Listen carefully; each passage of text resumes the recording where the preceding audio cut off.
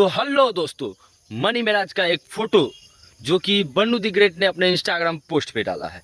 जी हाँ दोस्तों, तो इस फोटो के काफ़ी ज़्यादा बवाल हो रहा है दोस्तों। तो बवाल ये है दोस्तों, इस फोटो से ये चीज़ पता चल रहा है कि बन्नू दी ग्रेट कहना चाह रही है, ये रोता बचेरा उसका कहना वीडियो कॉल पे रो रहा था मनी मेराज ऐसे वैसे करके, और मैंने फिर भी उसको अब नहीं अपनाया। बोल दिया भोसड़ी वाले, जाओ जिहादी, तुमको कभी बीवी का सुख नहीं मिलेगा, ये सब कैप्शन में लिखे है, बन्नू दी ग्रेट ने लिखा है। ठीक है, फिर ये वाला पोस्ट डाला हुआ है, मनी मेराज रो रहा है। चलो ये जब का हो, पहले का हो या इधर का ही हो, रोने वाला जब डाल दी है ठीक पोस्ट में।